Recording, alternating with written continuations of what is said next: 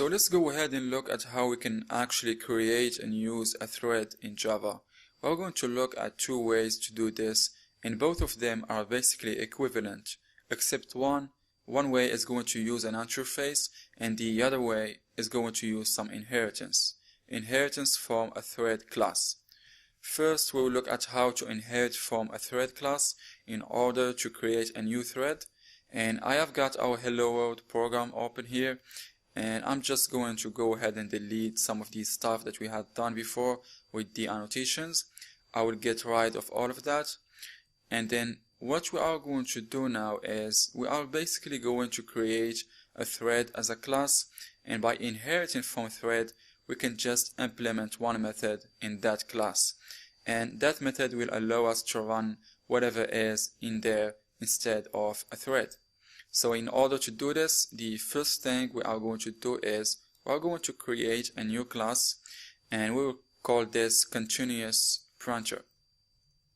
And what we will do here is we are going to make this class inherit from thread, and we can do it right here in Eclipse this way, just from java.lang.thread.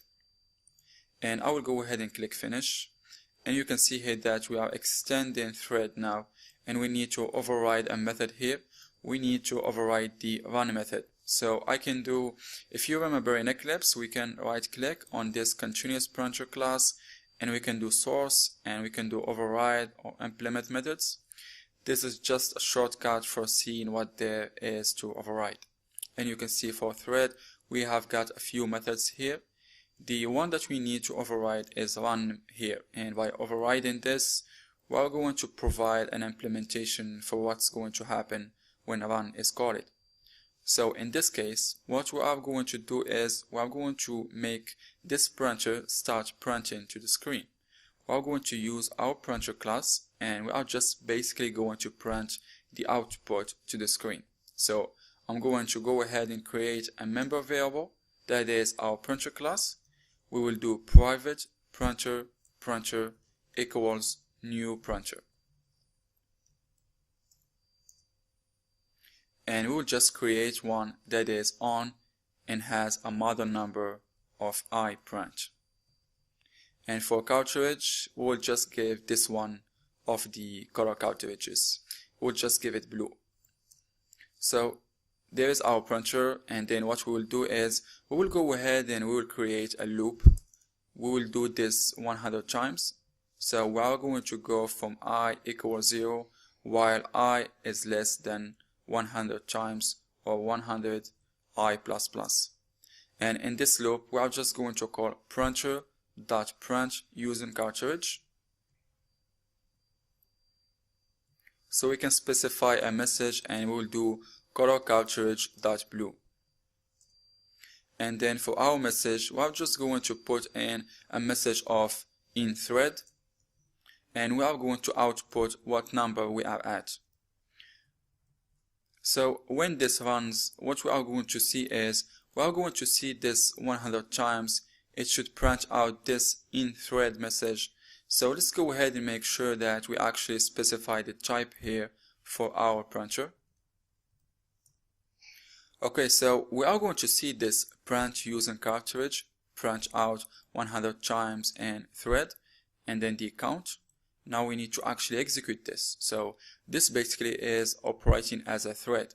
So this continuous printer now can be run as its own thread. So if I go into our main program here, and if I were to just do continuous printer, and I will just initialize this as CP for now, we will say equals new continuous printer, and if I were to do cp.start, it is going to start our thread, and this thread is going to run by itself. So let's go ahead and run this and see what happens here. And you can see if I look at this console output, it is saying in thread, and we get that color. So it is actually printing that many times.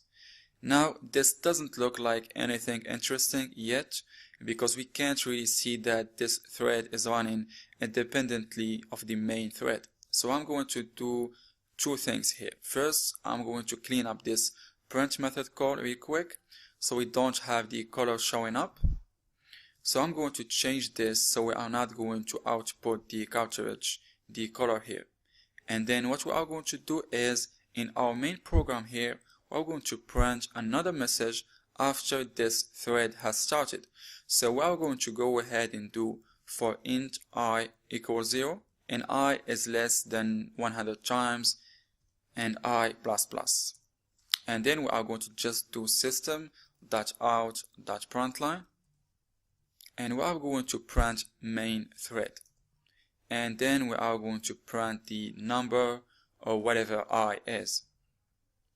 So now what we should see happening is we will be able to see how this is actually multi-threaded, because we are going to start this continuous printer, which is a thread. We are going to call start on it. It is going to go, but once we call start, it is not going to wait before this is finished, before it gets down here. Instead, what you are going to see happen is it is going to go ahead and go past this, and it is going to start executing the rest of this main thread. So this thread here, this continuous printer thread, will be running while our main part is running at the same time. And you should see these interleave to some degree. So let's go ahead and run this and see what happens here now. So I'm going to go ahead and expand this console output so we can look and see. And on the main thread, it gets to count 25, 20, 26, 21, 27, and 22, and so forth. So it is really running these basically in this at the same time. And so there you have the value of threading, is that you are not stopping here. If we were to create this class, but we didn't make this a thread, if we just call it this run method, for example, it is going to stop here and finish doing the count there before it gets to this one. But because we are using a thread here, it is going to run them both at the same time. Once we call it this start, it goes ahead and starts that thread, and then it keeps on going in our execution. And we could actually make multiple threads, and you could see this happen here. If we did cp2 and cp2.start, then you should see that these are outnumbering the main thread 2 to 1. So let's go ahead and run this and see what happens here. Now you can see it is a little bit hard to tell which ones. We actually get kind of an odd pattern here because of what's happening. But you can see that you are getting the threads are all executing independently in this case. So let's take a quick look and see what we had done here. So all we did in order to create a thread is we basically created a class, we extended thread, then we just overrode one method, we overrode this run method, and all we had to do in this run method is whatever we wanted to do for our thread, this is where we do the work of our thread. And so that is the basic way that you can create a thread in Java. And then once you have this thread class, then all you have to do is create a new instance of it. And when you call start, that thread is going to start up.